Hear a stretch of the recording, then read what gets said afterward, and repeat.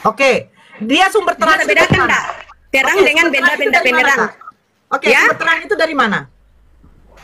kan Tuhan ciptakan kan.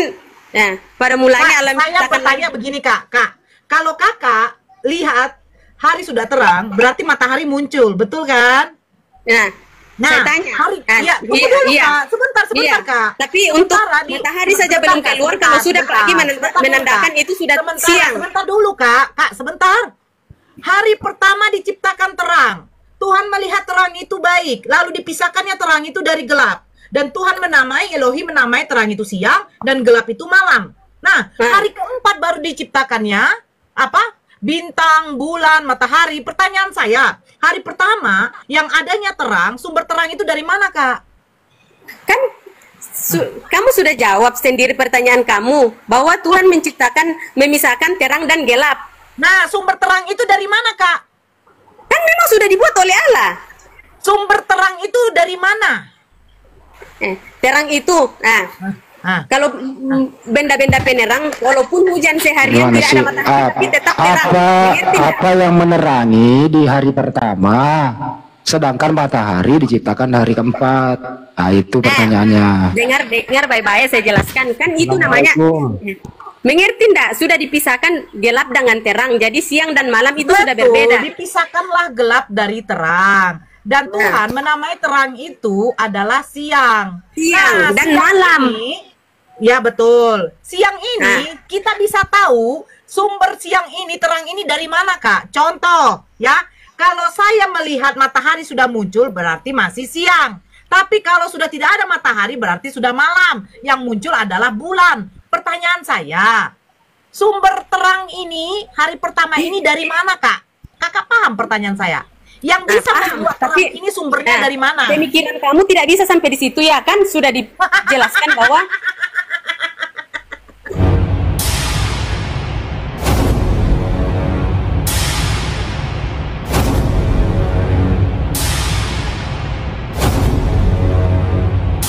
Assalamualaikum warahmatullahi wabarakatuh. Teman-teman, kitab Bible yang diklaim sebagai firman Tuhan itu ternyata terdapat kontroversi di sana-sini, terdapat kontradiksi di sana-sini. Semisal pada hari pertama yang tertulis di dalam Kejadian 1 nomor 3, berfirmanlah Allah, jadilah terang, lalu terang itu pun jadi. Allah melihat bahwa terang itu baik, lalu dipisahkannya lah terang itu dari gelap, dan Allah menamai terang itu siang dan gelap itu malam. Jadilah petang dan jadilah pagi, itulah hari pertama. Nah, masuk akalkah ayat-ayat tersebut? Pada hari pertama sudah ada terang dan gelap, sudah dipisahkan terang dan gelap. Yang gelap dinamakan malam dan yang terang dinamakan siang. Sedangkan adanya sumber cahaya, baik itu matahari atau bulan, baru terbentuk di hari keempat. Silahkan baca ayat yang nomor 16. Padahal justru keberadaan siang dan malam itu ada karena keberadaan matahari. Betul? Nah, dari hal ini saja sudah kita ketahui bahwa Bible bertentangan dengan logika akal sehat dan ilmu pengetahuan modern. Jadi, sudah dijelaskan bahwa terang itu gelap itu dan terang sudah dipisahkan. Jadi walaupun hujan seharian, karena hujan seharian itu tidak ada matahari, tidak ada matahari, tidak ada matahari tapi tetap terang. Tapi terang. Nah, itulah. Jadi Kak, apa gunanya hari keempat diciptakannya matahari sementara terang sudah ada hari pertama? Matahari diciptakan ada gunanya untuk menyinari, mengerti? Untuk tumbuh-tumbuhan. Terang itu bukan menyinari, tidak bersinar terang itu. Nah, oke. Jadi pas hari ketiga, Kak, hari ketiga dikatakan oleh tunggu hari pertama Tuhan menciptakan terang. Kita buka aja deh biar nggak gabrul ya, Kak ya. Kejadian 1 kita buka ya. Kita bacakan hari pertama. Tunggu hari pertama diciptakan terang, belum ada apa-apa, belum ada tumbuh-tumbuhan, belum ada apa-apa. Ya, sebentar Kak. Ya, sebentar ini saya bacakan ya Kak ya. Sabar ya Kak ya. Tenangkan dulu Roh Kudusnya. Di nomor 7, maka Elohim menjadikan cakrawala dan ia memisahkan air yang di bawah cakrawala itu dari air yang ada di atasnya. Dan jadilah demikian. Lalu Elohim menamai cakrawala itu langit. jadilah petang dan jadilah pagi, itulah hari kedua. Nah, lalu Elohim menamai yang kering itu darat dan kumpulan air dinamainya laut. Elohim melihat bahwa semuanya itu baik. Berfirmanlah Elohim, hendaklah tanah menumbuhkan tunas-tunas muda, tumbuh-tumbuhan yang berbiji, segala jenis pohon buah-buahan yang menghasilkan buah yang berbiji, supaya ada tumbuh-tumbuhan di bumi, dan jadilah demikian. Tanah itu menumbuhkan tunas-tunas muda, segala jenis tumbuh-tumbuhan yang berbiji, dan segala jenis pepohonan yang menghasilkan buah yang berbiji. Elohim melihat bahwa semuanya itu baik, jadilah petang dan jadilah pagi, itulah hari ketiga. Pertanyaan saya, Kak, hari ketiga, Elohim menjadikan pohon-pohon dan biji-bijiannya tumbuh. Pertanyaan saya, bagaimana mungkin bisa tumbuh kalau tidak ada matahari, Kak? Kakak tahu kan? Bisa tumbuh. Fotosintesis? Tahu kan? Makanya diciptakan dulu. Nanti nanti besoknya diciptakan matahari, benda-benda penerang.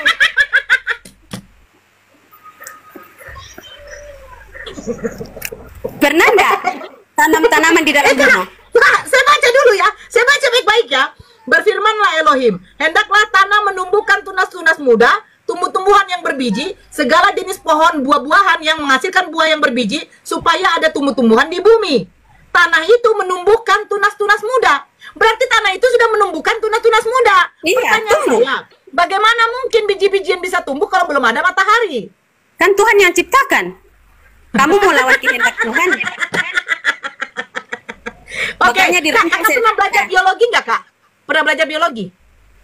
Ini bukan, ini kan baru pertama. Kakak pernah belajar biologi nggak? Nggak pernah. Oh, nggak. Saya SMK. Loh, SMP udah belajar biologi loh tentang tunas-tunas. Loh, tidak. Kakak nggak pernah SMP? Langsung dari SD langsung tembak SMK? Iya, SMP dong. Iya. Oh, SMP. Jadi SMP menurut kakak kita kelas 1 nggak belajar biologi? Enggak. Loh, kakak biologi yang kamu maksud saya enggak belajar. Di sini kan ini baru penciptaan. Dan kenapa Tuhan menciptakan benda-benda penerang pada hari keempat? Karena sudah ada tanaman yang membutuhkan fotosintesis untuk pertumbuhan. Nah, kenapa? Karena apa? Sudah. Kenapa? Kan sudah diciptakan, makanya Tuhan lihat tumbuhan itu tumbuh tanpa ada matahari. Apa Tuhan lupa? Atau pencatatnya lupa? Tidak lupa, tapi memang Tuhan sudah atur. Tuhan sudah atur, dirancang. Oh, sudah dirancang. Jadi belajar biologi kita tentang fotosintesis yang memerlukan matahari untuk menumbuhkan tunas-tunas ini, berarti itu salah ya, Kak ya? Dan itulah hebatnya Tuhan kami. Sebelum ada biologi dia sudah menciptakan. Ya, hebatnya ketika hari pertama terang, tapi sumber terang itu nggak ada gitu ya. Dia agung. Agung.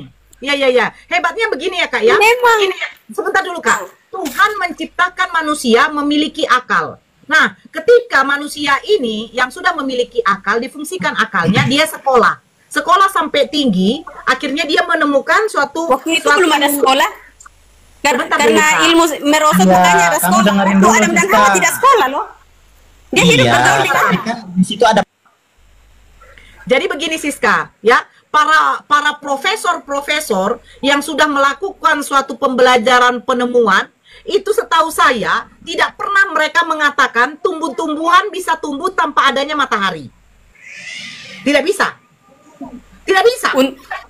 Nah, saya herannya kenapa di dalam Bible segala sesuatu bisa terjadi tanpa adanya matahari. Contoh, tiba-tiba ada terang tanpa adanya matahari, tiba-tiba ada gelap tanpa adanya bulan.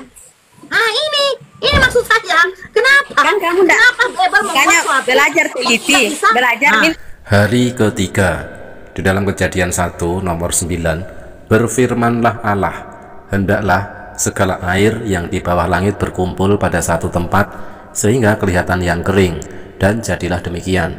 1 nomor 10, lalu Allah menamai yang kering itu darat, dan kumpulan air itu dinamainya laut. Allah melihat bahwa semuanya itu baik. 1 nomor 11, berfirmanlah Allah, hendaklah tanah menumbuhkan tunas-tunas muda, tumbuh-tumbuhan yang berbiji, segala jenis pohon buah-buahan yang menghasilkan buah yang berbiji, supaya ada tumbuh-tumbuhan di bumi, dan jadilah demikian. 1 nomor 12, tanah itu menumbuhkan tunas-tunas muda, segala jenis tumbuh-tumbuhan yang berbiji, dan segala jenis pohon-pohonan yang menghasilkan buah yang berbiji. Allah melihat bahwa semuanya itu baik. 1 nomor 13, jadilah petang dan jadilah pagi, itulah hari ketiga. Pada hari ketiga, tanah menumbuhkan bibit-bibit tanaman untuk kemudian menjadi tumbuh-tumbuhan yang berbuah, dan itu ada sebelum matahari diciptakan.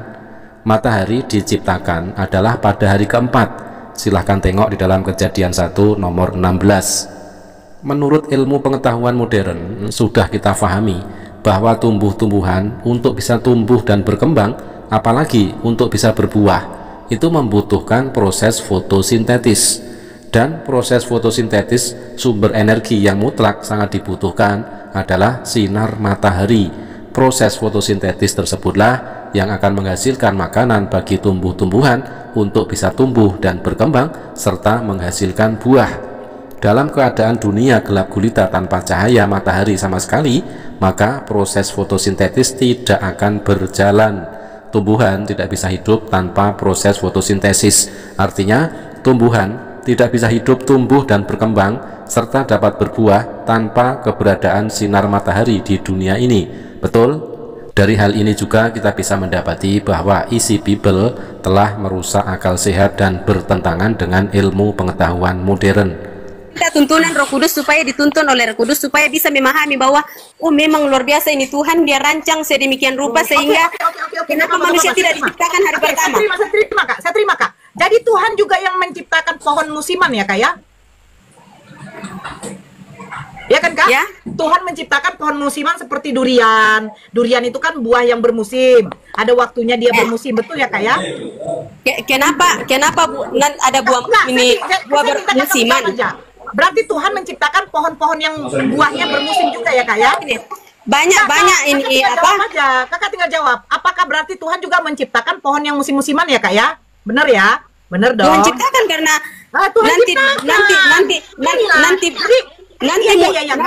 nanti terjadi buah musim buah buah ada musim karena kejatuhan manusia, karena dunia ini semakin jahat. Makanya nggak apa-apa. Saya baca di sini aja lah Kak ya.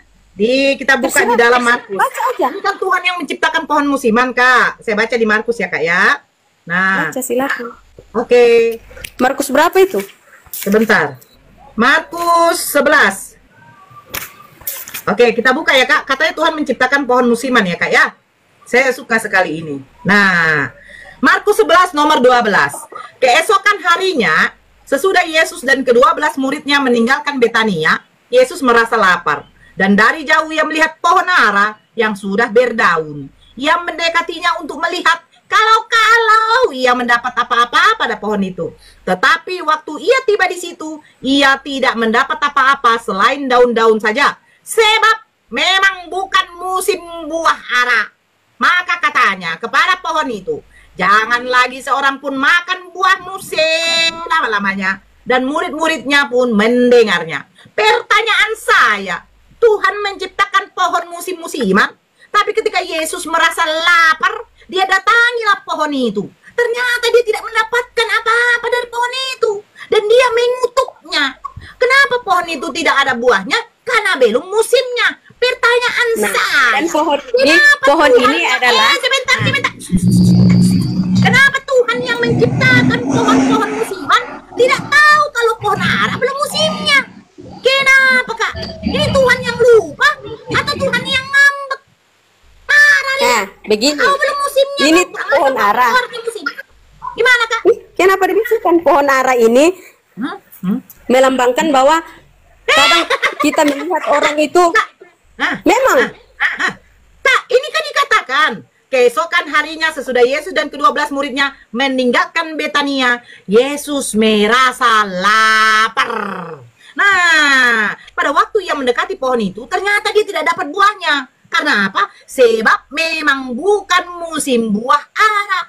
Pertanyaan tidak bakalan mengerti kalau pertanyaan saya, Tuhan, sebentar dulu Kak. Tuhan menciptakan pohon musiman buahnya, durian, manggis, ya kan Kak? Kan musiman itu kan Kak, ya kan? Mangga, duku, ya kan Kak? Nah, ketika Kakak merasa lapar pengen makan buah duriannya musimnya bulan 12. Kakak binatang bulan beda. Nah, pohon ara ini, sebentar Kak. pohon ara ini melambangkan bahwa seperti kakak. Sebentar. Kelihatannya. Sebentar Kak, kakak tengok di atas. Kenapa belum berbuah kau durian? Aku pengen makan kau, lagi ngidam aku. Karena tidak berbuah, kakak tebanglah. Datanglah tetangga kakak. Oh, Eda Siska. Apa itu Eda? Kenapa kau tebang pohon durianmu? Saya pengen makan durian, tapi belum berbuah Eda. Naoto maho Eda. Udah tahu kau bulan 12 ini baru yang dimaksud durian. ini bukan buah ara yang sesungguhnya. Oh, bukan buah ara. Tetapi bukan buah ara yang sesungguhnya, tetapi ini ada orang kelihatan rohani, tetapi dia tidak memiliki ilmu kayak kamu. Makanya Tuhan bilang lebih baik dicabut sampai akar dan dibakar. Sama seperti kamu. Sampai akar dikutuk loh. Makanya kan dia kutuk sampai mati. Di mana dicabut sampai di akar, Kak? Di mana mereka mencabut? Pokoknya baca sampai lanjutnya, baca sebelumnya. Kak, nggak baik kayak begitu, Kak. Nggak boleh. Ya, Kak ya? Baca di bawah. Pohon ara yang sudah kering, pohon ara yang sudah kering, nasihat Yesus tentang doa. Mana semua supaya mengerti, jangan cuma satu Yesus. Yang saya baca di bawahnya, lalu tibalah Yesus dan murid-muridnya di Yerusalem. Sesudah Yesus masuk ke bait Allah, mulailah ia mengusir orang-orang yang berjual beli di halaman bait. Meja-meja penukar uang dan bangku-bangku ada di bawahnya. Di bawahnya Yesus pohon, Kak. Di bawah pohon ara yang sudah kering. Mana, Kak? Pagi ketika Yesus dan murid-muridnya lewat. Waktu dia ke Betania, dia lewat, dia lihat itu pohon ara. Dia lebat DP daunnya lebat tapi tidak ada buahnya. Daunnya lebat tapi tidak ada buahnya. Karena memang belum musimnya. Dan waktu itu dia waktu selesai dia kutuk. Pertanyaan saya begini loh, Kak. Pertanyaan saya begini, masih panjang. Pertanyaan saya begini, Kak. Selesai dia kutuk pohon ara, dia pergi ke Betania, pergi ke bait suci. Pertanyaan saya begini, ya. Yesus lapar, dia datang ke pohon ara. Yang dia lihat cuman buah daunnya. Dia bukan lapar secara Kan dia dapat poinnya. Nah, masalahnya ini Tuhan kok tidak tahu kalau pohon ara itu belum musim buah. Itu maksud saya, Kak. Kenapa dia tidak tahu? Ini kan dia perumpamaan, makanya baca sampai di bawah. Dia kasih perumpamaan kepada murid-muridnya. Baca. Waktu dia terhadap murid-muridnya. Oke, sekarang pertanyaan saya, apakah pada waktu Yesus sampai di Betania dia merasa lapar? Tidak. Loh, kakak baca di bawah. Jangan diketekin. Di dalam nomor 12, keesokan harinya, sesudah Yesus dan ke-12 murid-muridnya meninggalkan Betania, Yesus merasa lapar. Yesus tidak tahu kapan musimnya buah ara, sehingga mengutuknya. Kita semua sepakat bahwasanya Tuhan itu maha mengetahui, karena Tuhan yang paling mengetahui tentang segala sesuatu. Tidak peduli itu pengetahuan masa lalu, masa sekarang, ataupun masa yang akan datang. Tetapi bagaimana jika ada Tuhan yang tidak mengetahui sesuatu? Tentu dia bukanlah Tuhan sesungguhnya. Inilah yang terjadi di dalam agama Kristen. Padahal agama Kristen meyakini bahwasanya Tuhan itu maha mengetahui. Akan tetapi kita akan tampilkan ayat di dalam Markus 11 nomor 12-13. Keesokan harinya, sesudah Yesus dan ke-12 muridnya meninggalkan Betania, Yesus merasa lapar. Dan dari jauh ia melihat pohon ara yang sudah berdaun. Ia mendekatinya untuk melihat kalau ia mendapat apa-apa pada pohon itu. Tetapi waktu ia tiba di situ, ia tidak mendapat apa-apa selain daun-daun saja, sebab memang bukan musim buah ara. Markus 11 nomor 12 dan 13. Saat Yesus sedang lapar, dia melihat pohon ara yang sudah berdaun. Yesus mendekati pohon ara tersebut agar kiranya dia mendapat buah darinya. Akan tetapi saat Yesus tiba di situ, dia tidak mendapati apa-apa karena memang bukan musim buah ara. Nah, berdasarkan ayat tersebut, ya, karena Yesus yang dianggap Tuhan oleh orang Kristen itu malah tidak tahu bahwa saat itu memang belum musim buah ara. Jadi buah ara tentu belum ada. Bahkan Yesus mengutuk pohon ara tersebut. Ada tertulis di dalam Markus 11 nomor 14. Maka katanya kepada pohon itu, jangan lagi seorang pun makan buahmu selama-lamanya, dan murid-muridnya pun mendengarnya. Nah, luar biasa bukan? Yesus yang merupakan pribadi kedua dari Trinitas dan disembah oleh orang-orang Kristen bahkan tidak tahu kapan tepatnya musim buah ara. Meninggalkan, mengerti tidak meninggalkan? Iya, bukan sampai ke Betania. Betania. Ketika dia meninggalkan Betania, dia sementara dalam perjalanan. Ya, dia merasa On the lapar way, tidak? on the way, Dia on the merasa way, lapar on the tidak? way, on the way. Dia merasa lapar tidak? Itu perumpamaan. Loh, di mana perumpamaan dia lapar? Baca sampai ke bawah. Masih ada ini. Saya tanya, ketika dia meninggalkan pagi-pagi ketika Yesus dan murid-muridnya lewat, jangan kau ngerocos mereka terus. Kalau ngerocos terus, bisa di luar juga gunggung ngerocos. Kak, yang saya tanya, keesokan harinya sesudah Yesus dan ke-12 muridnya meninggalkan Betania, Yesus merasa lapar. Pertanyaan masih ada sambungannya, masih ada sambungannya. Dan dari, saya baca. Dan dari jauh ia melihat pohon ara yang sudah berdaun. Nah, pertanyaan saya, ngapain dia datangi pohon ara, Kak? Selamat malam, Nora. Sebentar dulu. Baca sampai di bawah, baca lagi di bawahnya. Ini kan perumpamaan. Ngapain dia datangi pohon ara? Untuk apa? Kan dia kasih ajar murid-muridnya, baca sampai di bawah, masih ada sambungannya. 12-nya, dia katanya meninggalkan Betania dengan murid-muridnya, dia merasa lapar. Ayat 20, ayat 20, baca. Pagi-pagi ketika Yesus dan murid-muridnya dari 12 itu belum selesai. Masih berlanjut. Memang kau kenapa tidak baca kau dari nomor 12, Kau mata itu kau taruh di mana, Kakak? Itu dari nomor 12, Yesus merasa lapar. Dia lihat pohon ara, dia datangilah pohon ara itu. Dia berharap pohon ara itu ada sesuatu yang bisa dia makan. Takut ya. Baca sampai ke bawah, masih ada 20 sampai 26. Sekarang yang ke-12-nya Yesus merasa lapar tidak? Jangan cuma berfokus satu ayat, tapi baca satu perikop. Awal dia datang mengutuk pohon ara itu. Iya, dia lapar. Oh, baca sampai ke bawah, baca. Sudah dia lapar. Nah, karena dia lapar, dia datangi pohon ara tidak? Baca sampai ke bawah. Saya tidak tanya baca sampai ke bawah, Nomor 13-nya jangan kau loncat-loncat. Kau bilang baca satu sekop. Ketika saya baca satu sekop, ini Tuhan saya sudah bilang dia lapar. Kenapa? Nah, ini Tuhan merasa lapar kan? Nah, saya baca sendiri sambungannya. Saya baca. Pohon ara. Dia datangi pohon ara, betul? Betul. Nah, ngapain dia datangi pohon ara? Kan baca dulu. Pagi-pagi ketika Yesus dan murid-muridnya lewat, mereka melihat pohon ara tadi sudah kering sampai ke akar-akarnya. Nah, maka teringatlah Petrus. Sudah kering karena dikutuk. Nah, sudah dikutuk. Dengar. Nggak usah ribut dulu, saya baca. Maka teringatlah Petrus akan apa yang terjadi. Lalu ia berkata kepada Yesus, Rabi, lihatlah. Sebelum dia mengutuk pohon ara, ngapain dia datangi pohon ara? Itu pertanyaan saya. Petrus bertanya kepada Yesus, Rabi, lihatlah. Yang kutuk itu sudah kering. Pohon ara yang kau kutuk itu sudah kering. Yesus menjawab, mereka percayalah kepada Allah. Aku berkata kepadamu, sesungguhnya barang siapa berkata kepada gunung ini beranjaklah dan tercampaklah ke dalam laut, asal tidak bimbang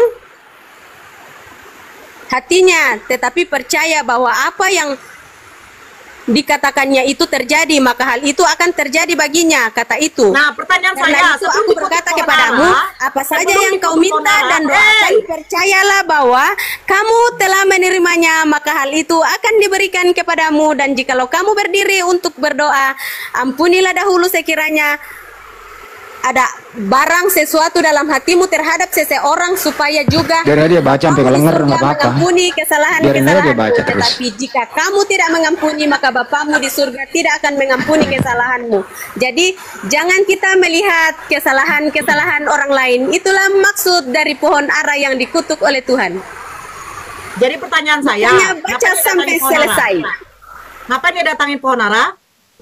Itu supaya dia memberikan contoh teladan kepada murid-muridnya bahwa jangan torang tong kosong nyaring bunyinya. Jika kita melakukan kesalahan, kita harus minta ampun kepada Tuhan supaya doa diampuni. Nggak bisa diskusi sama orang kayak begitu, Bang Handi. Maaf, ya.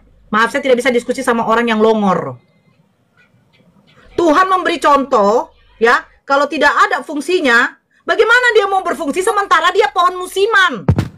Enggak, sebenarnya wajar saja Yesus tidak tahu kapan persisnya musim buah ara berbuah, karena memang dia bukanlah Tuhan dan tidak pernah mengaku sebagai Tuhan. Layaknya sebagai manusia biasa, wajar Yesus tidak tahu kapan pohon ara berbuah. Mungkin saja dia lupa atau mungkin memang tidak tahu. Jadi ayat tersebut membuktikan bahwasanya Yesus bukanlah Tuhan, dan semakin membuktikan bahwa dia memanglah manusia biasa.